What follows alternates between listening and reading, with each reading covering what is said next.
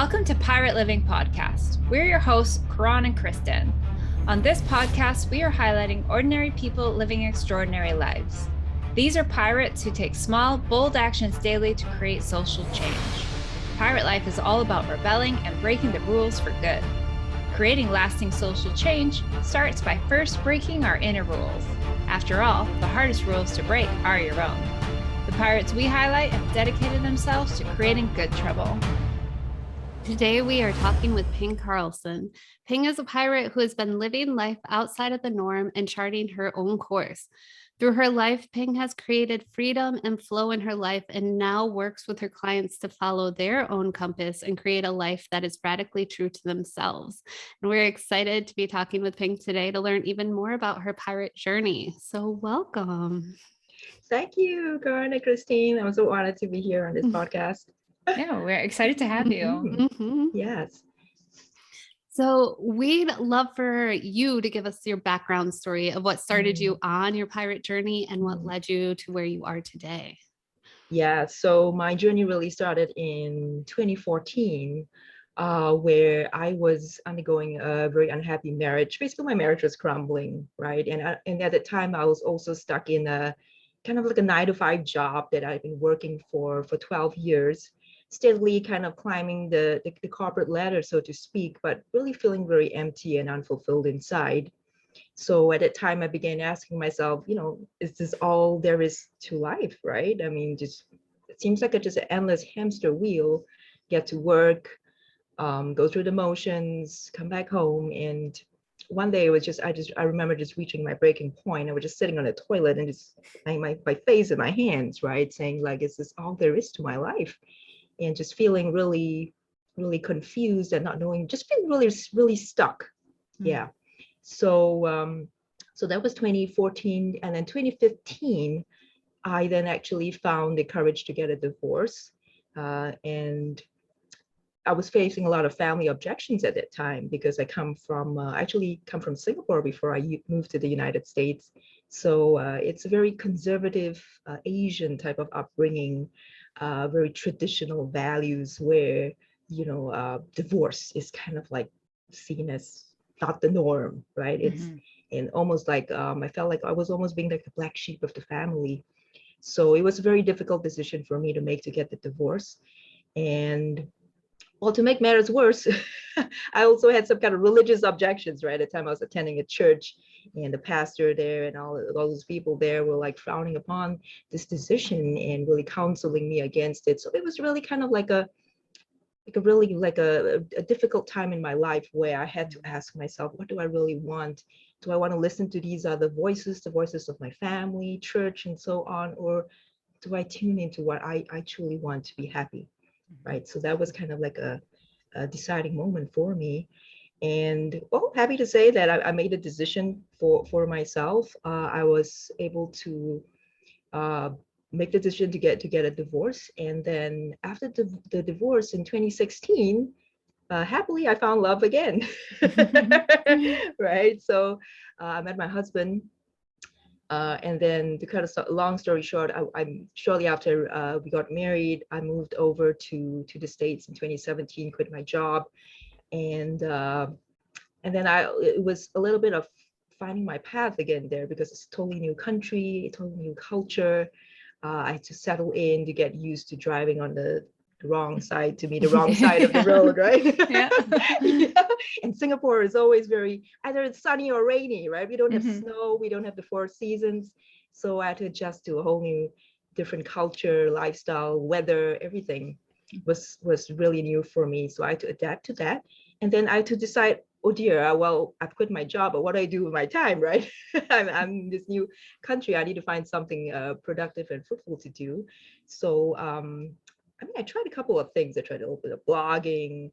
I tried even contemplating, maybe I could be a transcript proofreader, right? So many work from home options and so many ads popping up here and there every time.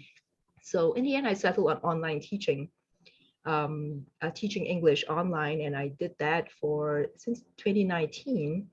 And then this year, I transitioned into my life coaching business where I'm really turning my pain into purpose and saying, I really want to help women who have been on a similar journey, who are struggling with similar things that I dealt with, all that self-doubt, not trusting, ourselves and so on.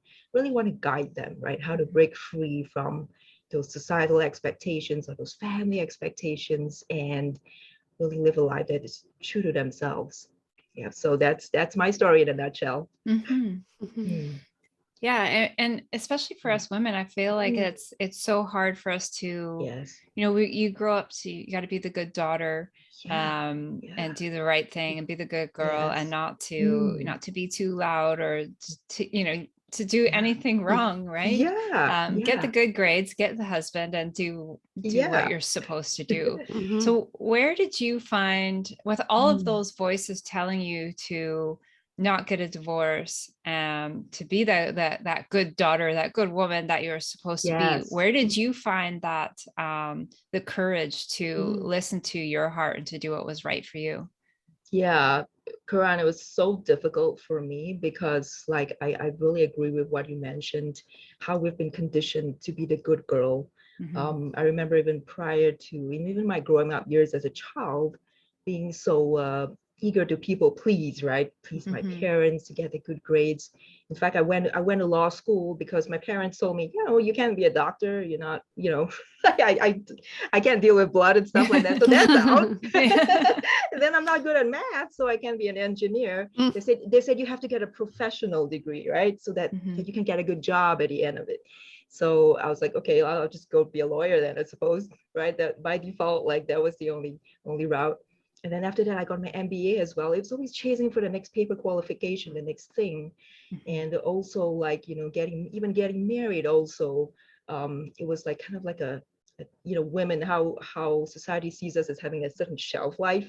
Like if we Mm-hmm. don't get married by a certain timeline, about 20s or 30s, and we will be left on the shelf, right? All these types of conditioning, right? And insecurity. Oh my gosh, like I don't want to be like a spinster or anything. Like I need to get married by this time, otherwise it's all over for me. And then also having kids, right? At a certain time, or even the number of kids we've been conditioned, right? Two or two and a half or whatever it is. So yeah, so the courage, I really had to kind of tune into my inner voice Mm-hmm. and ask myself, truly, what do I want? Um, do I really see myself in this unhappy marriage for the rest of my life? And I know instinctively, no, right? It was like, ooh, cringe, right? I know I don't want this. Then I had to open up myself to the possibility that, there might be something on the other side of this for me, even though at that moment I couldn't see it. Mm-hmm. I just felt very fearful and very stuck, but I knew I had to just move, right? Just make a decision and move forward. Mm-hmm. And that's kind of what I chose, to prioritize my own inner voice over the other voices that were surrounding me and telling me this and that. Mm-hmm. Yeah. Yeah, I love what you said. So even though Mm. you had that fear, you still Yes. acted out of faith in yourself, Mm. really.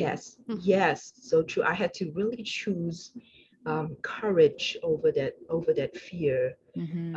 And it was so difficult because um, many times I find that when we are at the edge of our comfort zone, or we're about to do something that is it's going to be a breakthrough moment in our life, but the thing that holds us back is the fear, and we can't really see past that fear in that Mm-hmm. moment, right? But on hindsight, we see that, oh my gosh, that was such a transformational moment, right? And if we could only move through that fear, then we could get to the other side. But Mm-hmm. just in that moment, it is so hard for us to see past that fear. But the only way really is to move past it and to move through it, in fact, because it won't go away, but we just have to move through it and take the next small action forward, no matter what it might be, right? Mhm. Yeah. Yeah. Yes. Yeah. Do you have any advice too for like when that fear comes up? Like you said, take the Yeah. next step, but is there anything Yeah. else too when that fear is there and people like, especially with your clients, what do you tell them when they're like, Mm. I don't want to take this step? And how do you help them get to the next step? Yeah. So, sometimes sometimes also we need to think about who we truly are, and like what our values are. A lot of times I feel that we are so conditioned to think in a certain way, or to think of ourselves in a certain way, that we don't even know what we like or dislike, or what our core values even are, right? Mm-hmm. So we need to come back truly to our own truth. And what do we stand for? What are our core values? What do we believe in about our life? And even simple things like, what lights us up as a person, right? What brings us joy? Is it a walk in the morning, or drinking a cup of coffee, you're taking a long bath, whatever it is different for every woman, different for every person. And what lights us up versus what drains us, right? The energy drainers that are always kind of like pulling us down. So that kind of intimate knowledge of ourselves, I find is so important, even when making a choice like that, to help us, to guide us, right? Because that knowledge at our core, who we truly are and what we stand for, will then guide us in these decisions.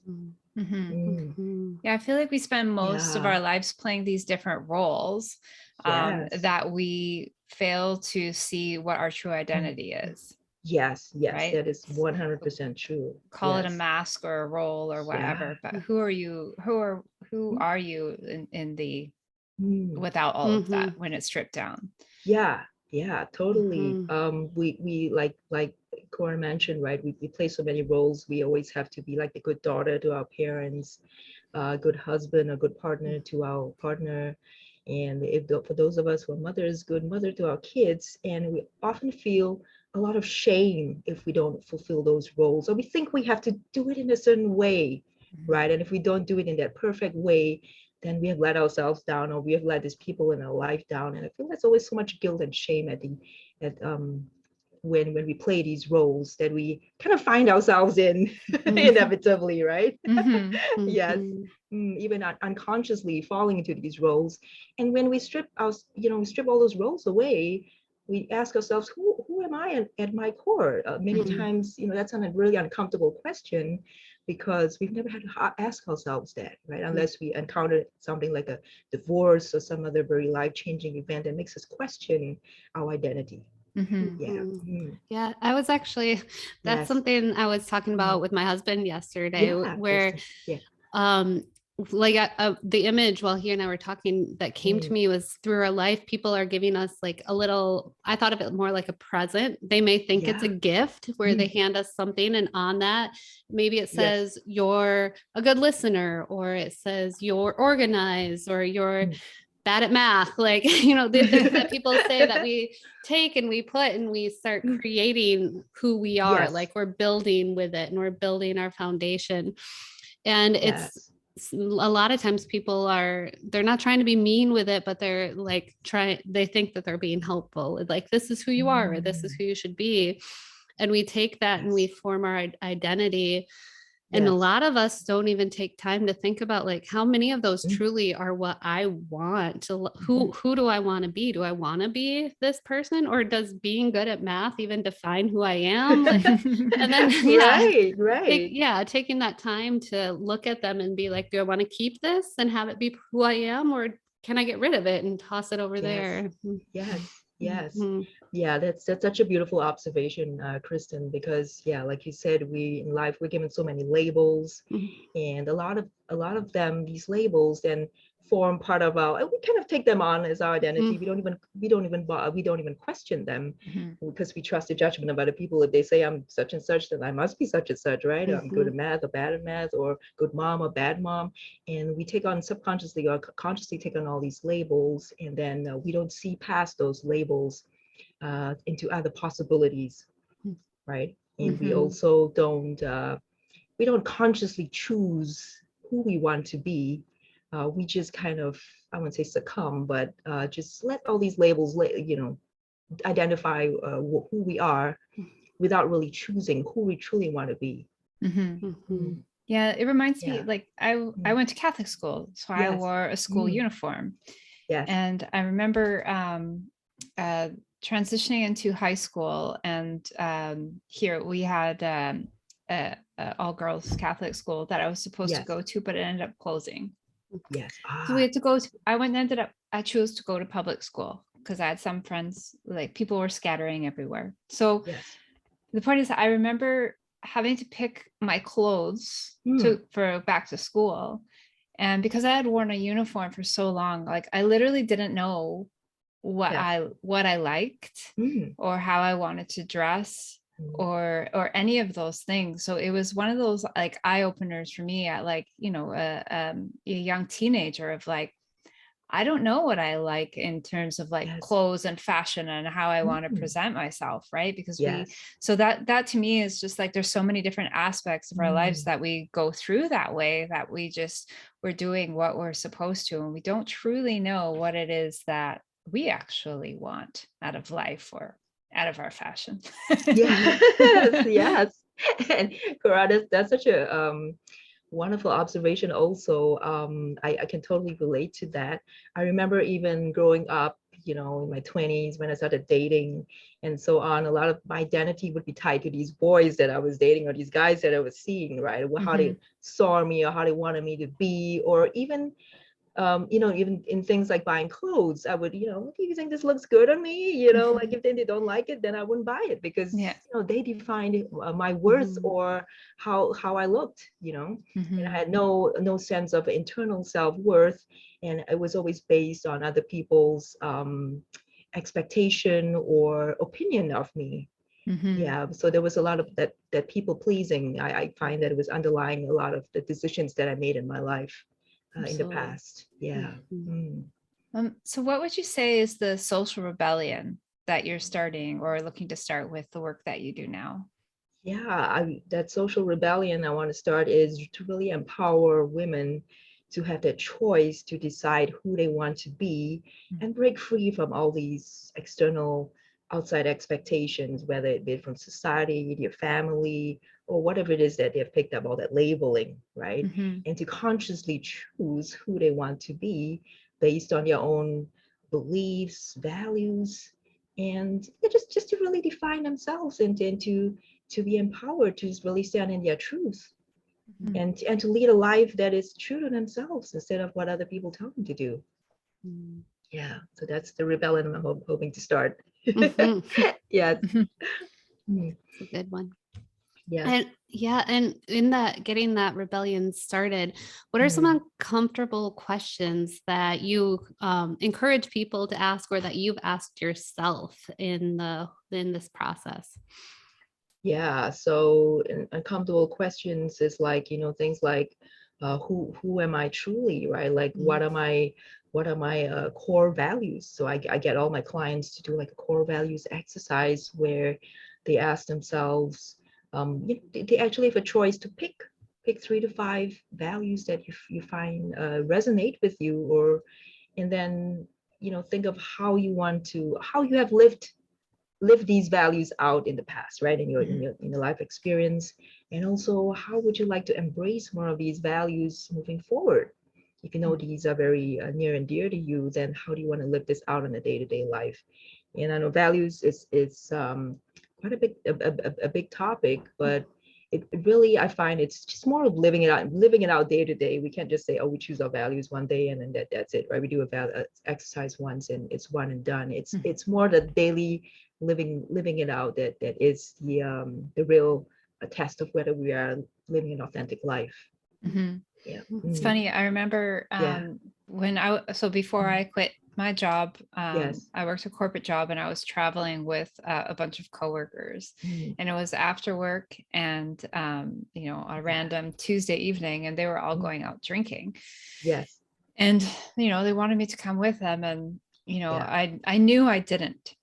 Mm. And so I said no. I was the only one. I went back to my hotel early, Yeah. and it was that day where I was really thinking about like, what am I doing here? And I actually, Right. while they were out drinking, I sat down and wrote out my values.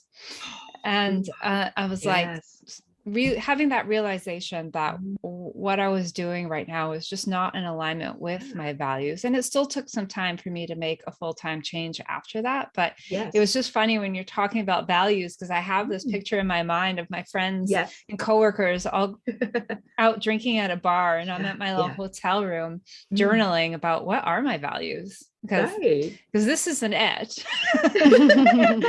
So what is? So I love that you talk so much about values and living in those in your day to day, because I feel like when we talk about role versus identity is where those values actually come to play, right? And Yes. your actual true identity versus these roles that we play. That's So I right. love how you That's tie those right. together. Yeah, I love that. And in that beautiful example, Quran, where you had to choose yourself, right, versus going out with those co-workers. Also, we can see the issue of boundaries, right, being placed, or sometimes, when we have relationships with other people in our lives, the boundaries that we place so that we can protect our own energy and stay true to who we truly are. Yeah, that is so important as well. Yeah. And something that I also teach my clients, how to set healthy boundaries. Yeah, it's important. I'd Yes, much rather definitely. get 8 hours of sleep and and go to the gym before work than stumble into work hungover because I've been out till 4 a.m. the morning Yes, before. yes, exactly. Yes. Totally. Yeah, I was thinking while you were saying that too, like all those are so important. And then I was thinking, and then allowing yourself forgiveness when if you ever do give into that peer pressure or follow along with something that goes against your core value, remembering like, I'm human, I made this choice, and I can forgive myself. This doesn't mean I just erased everything I just did. But, yeah. That's just a wonderful point, Kristen, which I totally resonate with. A lot of women I work with also, we are often, we give so much grace to other people. People let us down, it's fine. But when we let ourselves down, somehow we have so much guilt and shame over it. And I remember even one of my clients, she felt, kind of like guilty, even like resting too much, because she was unwell. But and even sometimes I find myself too, right, feeling a lot of guilt when I just chill out and do nothing. And then we give ourselves labels that I'm getting too lazy, or we're just so judgmental on ourselves. So if we give ourselves more grace, more love, more compassion, we're just human, like you said, right? We have our off days too. It doesn't mean that we're going to be 100% on point all the time with our values, or even with our to-do list of what we want to get accomplished for the day. But hey, that's fine, that's part of life, right? Yeah, we can just let it go. Don't make it mean anything about us. Just go on with life. It's fine. Yeah, give ourselves some grace and love. Yes. Well, we talk a lot about creating good trouble. So what does creating good trouble mean to you? Yeah, so good trouble, in my opinion or definition, would be to kind of like charting life on your own terms, rather than listening to all these external voices or other people telling you what to do with your life. So I guess, socially it's more accepted to just go with what society tells us to do, to be in a 9-to-5 job, to lead your life a certain way, to get married by a certain age, have X number of kids, have a nice house with a white picket fence, or whatever it is, right? What we're conditioned as the good life or successful life. But honestly, if we ask ourselves, is this truly what is aligned with my values and beliefs? Is this what I truly want? Or are these just things that are expectations that I'm taught to live up to?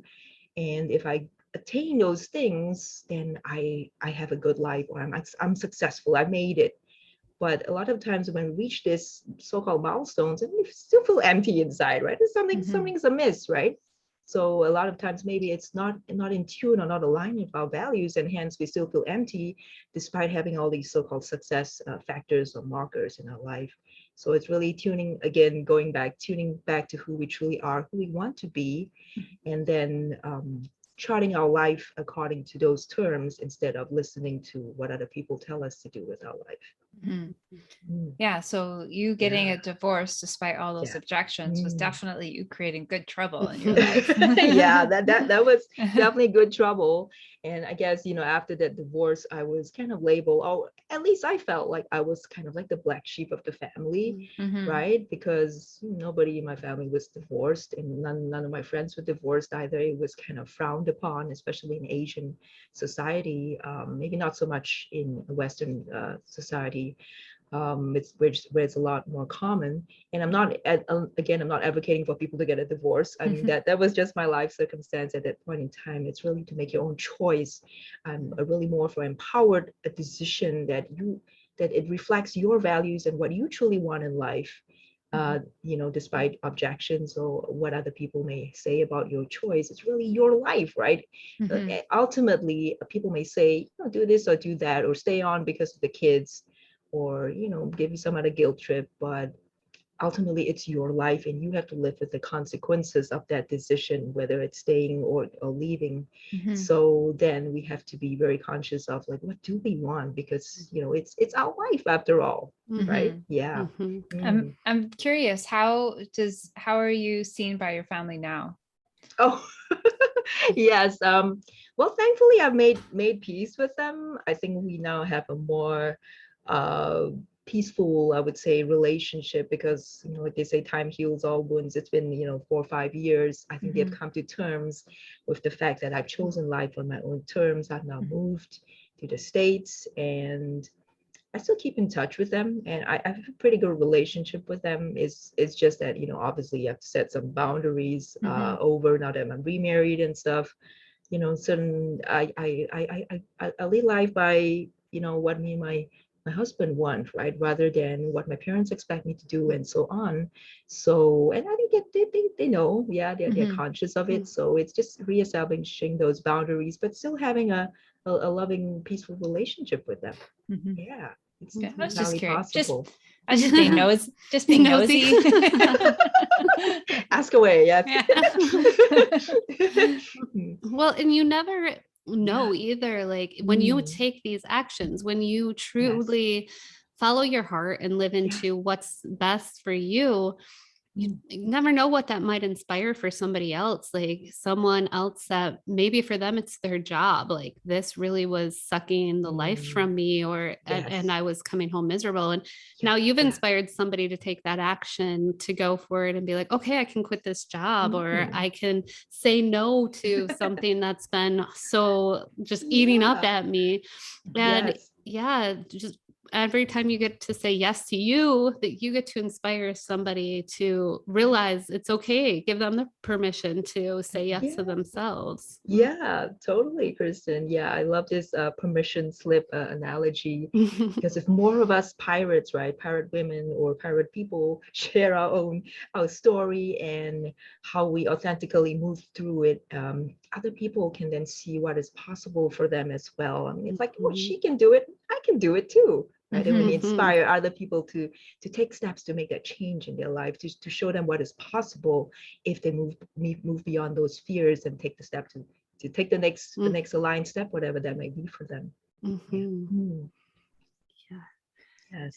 Speaking of, have we asked you yet about your bold actions? We've heard about them. We've heard about them, but have we? Yes, I have a list here. So I guess one of them would be really getting divorced, right, despite parental and religious objections. So that was considered a pretty bold action, especially in Asia, where divorce is frowned upon. And the other one was having the courage to find love again right after the divorce. Right. Not beating up myself for the divorce and just closing myself off to love or to other opportunities, but just to be receptive to, hey, maybe I can find love again, maybe I could be happy again, right?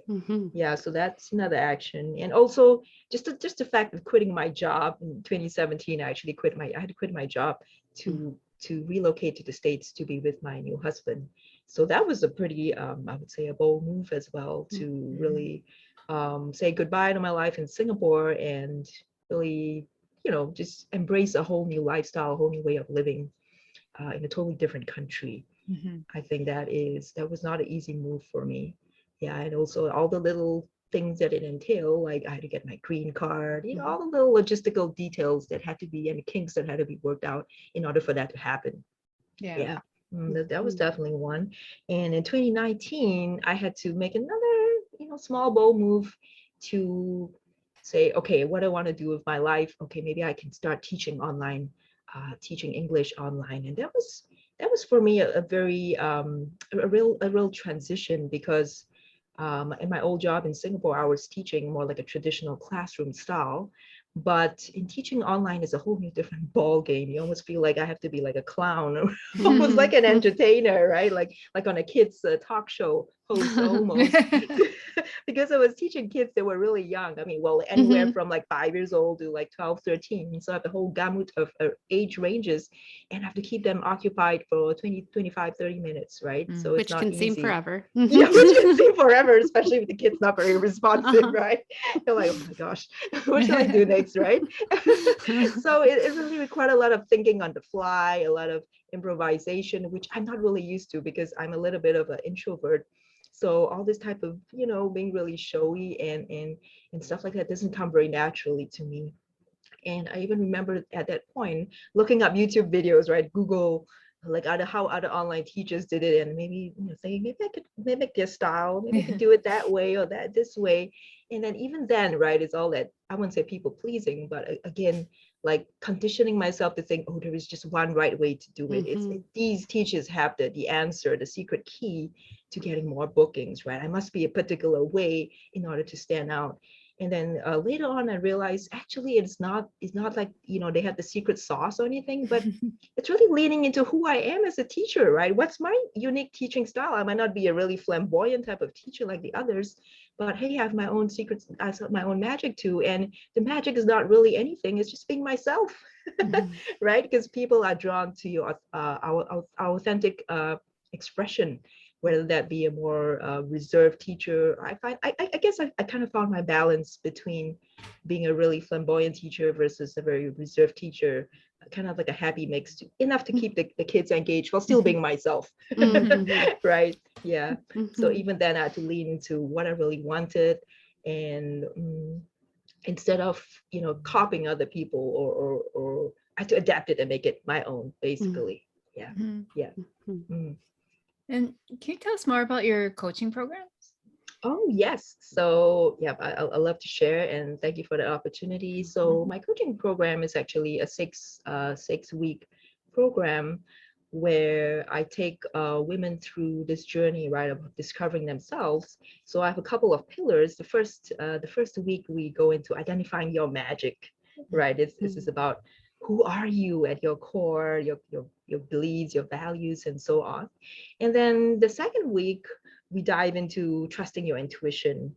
I find a lot of us have kind of lost touch with that aspect of ourselves because we've been people pleasing for so long. We don't know like how to listen to that small inner voice in ourselves anymore. So that is getting in touch with our intuition.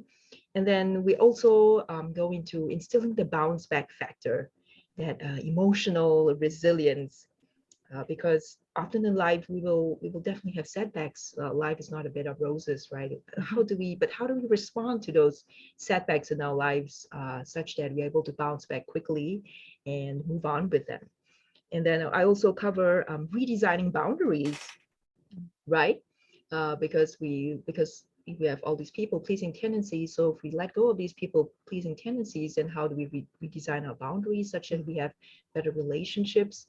And I also personally mentor the women how to really communicate in a way that is authentic to them while yet having these boundaries in place. Yeah, because I find that it's not only just about, discovering who I am for the selfish purpose of, just self-actualization or whatever we might call it, but also if we discover ourselves, then we can connect so much better with other people, and we can show them that, and we can show ourselves the love and compassion, and we accept ourselves the way we are. Then that also reflects in our relationships, right? We can connect with other people more authentically and show them the same love and compassion that we're able to show ourselves. Yeah, so that really is the program. And the last week we really wrap it all up with the integration, I call it, right? Integrating all these concepts, and how does it really play out in our day-to-day life. And it's not only weekly calls I offer, but in between our calls, we also have Boxer support where the ladies can ask me questions, because I find that a lot of these things, it's kind of like an implementation, and understanding it in our head is one thing, but actually applying it to our daily life, that's where we really the support is needed. Yeah. Mm.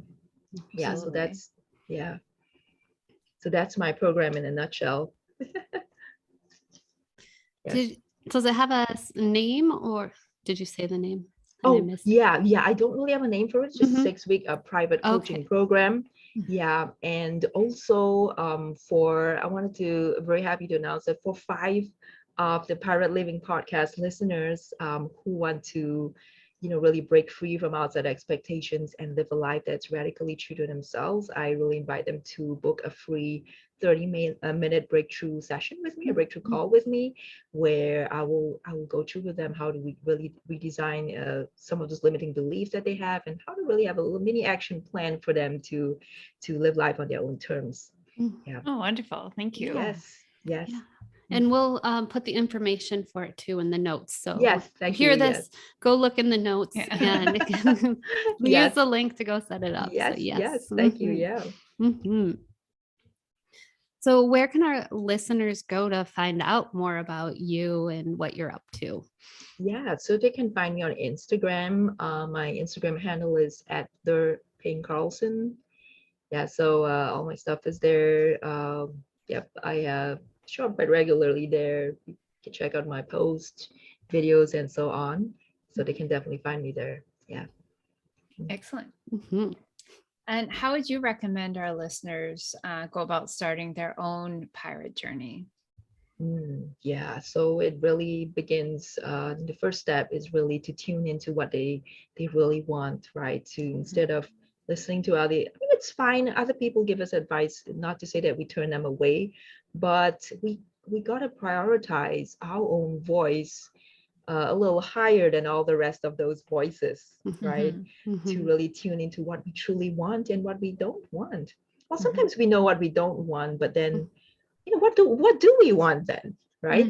So to really open ourselves up to the possibility of, okay, if I don't want this, then what do I want, and is this decision in line with what I want, despite what other people say, to tune into that voice, to see what that voice tells you. And sometimes we really have to go with our gut and go with our heart, because I believe our inner intuition will never lead us wrong, so to speak, right?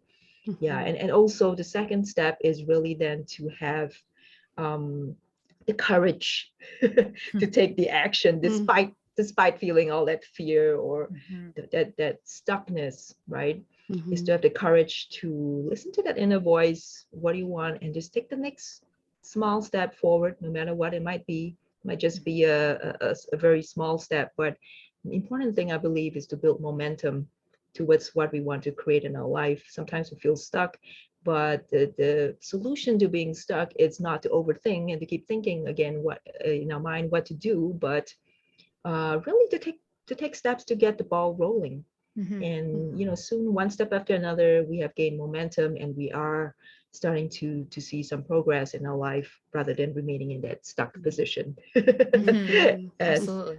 And I like what you said about a lot of us know what we don't want, but then what do you want? Like, so it's so easy to say, I don't want that. And it can be trickier to stop and think about, well, if I know what I don't want, what is it that I do want? So I like how you pointed that out, like finding what you do want. Yes.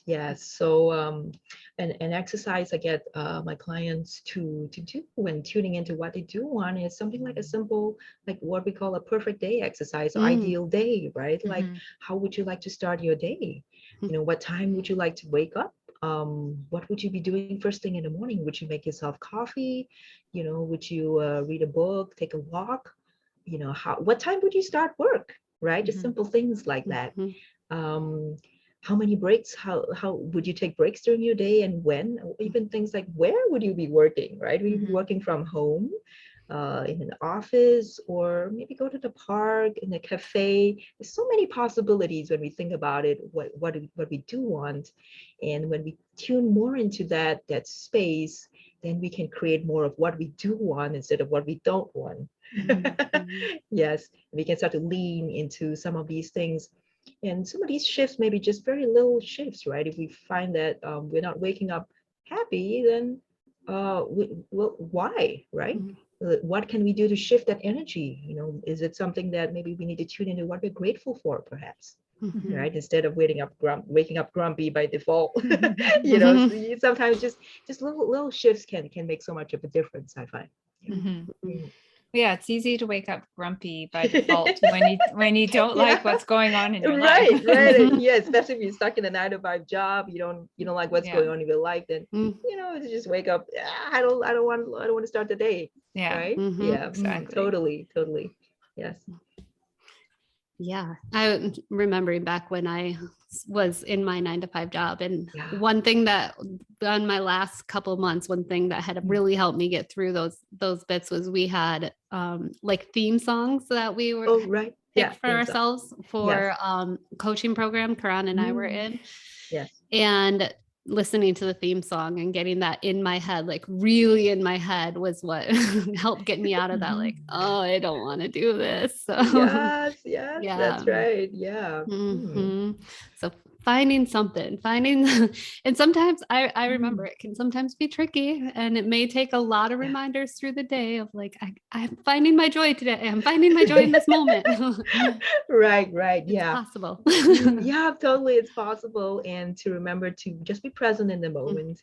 A lot of times I find that I worry a lot. If we tend to worry a lot, it's often because we're thinking too much of the future or thinking too much of the past, right? And we're not in the moment. And if we think about it in the moment, actually we're safe, right? There is nothing much going on in it. Well, we just have to be present in the moment to enjoy the moment for what it is, and not worry too much about the future or think back on the past, which is over anyways. And we can't really rewrite the past anymore, but we can, as pirates, chart our future. And how do we chart our future is to take one step forward at a time. Right. A lot of times, we want to know, I guess as human beings, it's very natural to want to know the whole path, to have it all laid out before we take any action, to say, oh, that makes sense, and then I can do this and that. But life is often not like that. It's just kind of when you take the next step, then the next step appears, and it becomes clearer what to do next. Yeah, it unfolds one step at a time rather than all at once. Right. Yeah. So if we can only trust and have the courage enough to move through that fear to take the next step, then the next step will be revealed, and we just keep having to move forward like that. Yeah, absolutely. We want a certainty when we're making a decision. We want to know that this is certainty for the outcome, except that nothing is certain. Yeah, there's nothing that's certain in life. So we want this thing that just does not exist. And so we really, like you say, you need to take those small actions despite not having a certainty of the outcome. Just having some faith in it. Yeah, exactly. And I love what you said, Karan, which is like just not overthinking it. A lot of times, the more we overthink, when we get into this weird analysis paralysis mode where we are so afraid to take action, right? And then, so often the antidote to overthinking is not more thinking or more analysis, but just take the next step, right? And then the next step will present itself, and just keep moving. Yeah, exactly. Yes. Yeah, or underthink it is what we've underthink it. Underthink I it. love that. Underthink it. Yes. From somebody that used to overthink everything, when I heard underthink it, my brain just went, whoa, I can do that. I can do that. Yes. Yeah. A lot of times I find it, we are so much in our head all the time, right? That we not really in touch with our emotions or how we feel, or in tune with our heart or what we want to do. And even in our communication also, it tends to be very analytical. Well, nothing wrong with that, just that if we live totally in integration, our heart, head, our actions are all aligned, then it's such a more joyful way to live. Rather than in our head all the time. Yes. Totally. Yeah. We have one last important question. And that is, do you know any pirate jokes? Oh yes, my pirate joke. Yes, I do have it. 1 minute. Yes. So my pirate joke is, yeah. Why did nobody want to play cards with the pirate? Is the only Why? answer to that. Why? So the Why? answer is, don't laugh at the corny answer, because he was standing on the deck. Get off the deck. Yes, that's right. It's a pun. Oh, excellent. Well, thank you so much for joining us. Thank you for bringing your own joke, because we love that. And thank you for chatting with us today and sharing your story. Yeah, thank you for having me. I really enjoyed this interview. Yeah, and looking forward to people who are booking that free call. We'd love to serve them on that. Yeah. Absolutely. Yes. Yes, go check it out. Yes.